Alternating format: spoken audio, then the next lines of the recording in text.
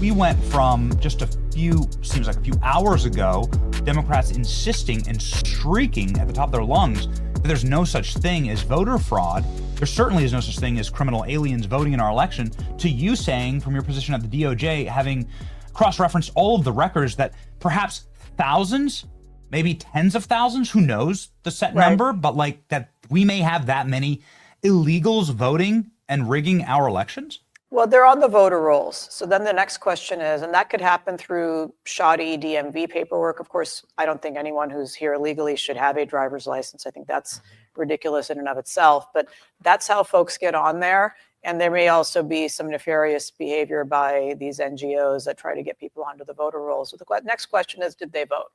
And so we will track that down. Those records are available. But again, when you see red states and blue states trying to hide this information from the Department of Justice, it really raises red flags. And now I really wonder how rampant this problem is even in red states. And so we're going to find out, Benny. Here's a red state right here. It's the state of Michigan. President Trump won it twice. President Trump won this state in spite of the fact that we know as a matter of fact from the DOJ that communist Chinese nationals voted in the election. Their votes counted. Can't imagine who they voted for, Harmeet. And they said, well, too bad.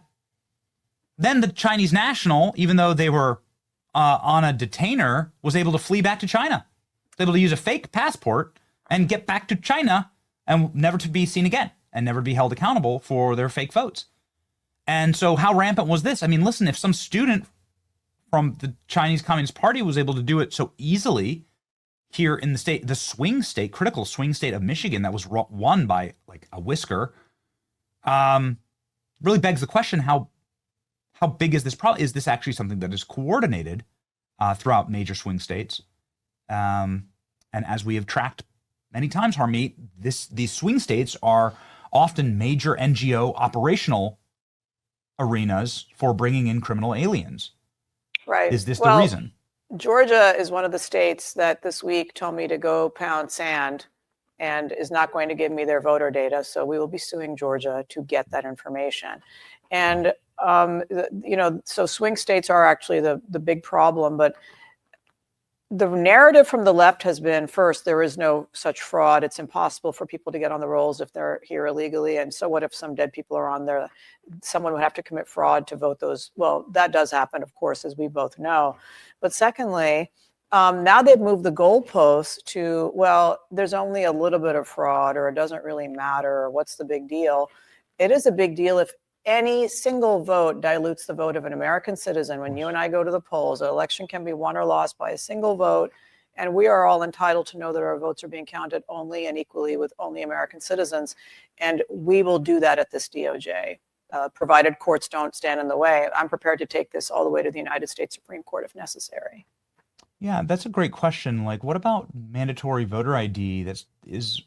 And I constantly tell Republican senators and members of Congress that are on my show, like, you can't find a issue that is more beloved by the majority of the American people. You're talking about a 90-10 issue here based on every single poll. Here's just one of them. It says mandatory voter ID for the country. I mean, this is just obvious. In your home state, your beloved state of California, where you go whale watch off those beautiful cliffs, there is a campaign right now in order to get voter ID on the ballot.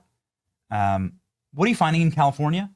Do you think that's going to pass? Do you think that there's, like, what would be it would have to be an act of Congress, right, in order to get mandatory voter ID throughout the country? Well, so let's break that down. First of all, definitely a state can pass voter ID. There have been attempts in the past, and some are still ongoing, to try to block those measures. But increasingly, like just earlier this year, the United States Department of Justice, my office, supported Wyoming's voter ID law, which then the court agreed was legal. So states are being able to do this on their own. But I have testified in Congress and spoken privately to many members of Congress about these issues. And I think that Congress could pass a law that tied the federal funding support for federal elections to certain minimum standards of election integrity, including but not limited to clean voter rolls, voter ID, and some other measures that I won't, the technical measures. Now, like we've had in the past, sort of speed laws and seatbelt laws, where the federal government didn't mandate it, but they said, we're not going to give you federal funding to maintain your highways if you don't do this. And then every state kind of whipped into line and did it. And so I think that is something that could be done, but they're not doing it. And I mean, I won't shame the Republicans who told me, oh, Harmeet, we can't do it for X, Y, and Z reason. But you can surmise there's some of the same ones who pound on the table and shout at the cameras and hog the most attention on networks. They're the same ones who privately won't do the needful. And so it is irritating, but I'm going to do the needful in the DOJ. We're going to use the Attorney General's power to at least clean up the voter rolls, and then we'll go from there. What have you been finding with California? Obviously, this is one of the states that will not willingly give you its voter roll data. Yeah, we have 2 lawsuits pending there. One is against Orange County, and one is against the whole state. And we're just back and forth in motions. We argued the case. I think one of my colleagues argued the case earlier this week, Monday maybe, about their motion to dismiss. And I think we're using for the first time the Federal Civil Rights Act provision that gives the Attorney General the right to demand this data. She doesn't have to give a reason. And these states are all making hand-wringing excuses. Oh, the federal government can't keep data secure, and there's a privacy issue. How can the Social Security numbers, last four of the social, be private from the federal government that issues them? I think everyone is a full-blown panic over here about what we're going to find.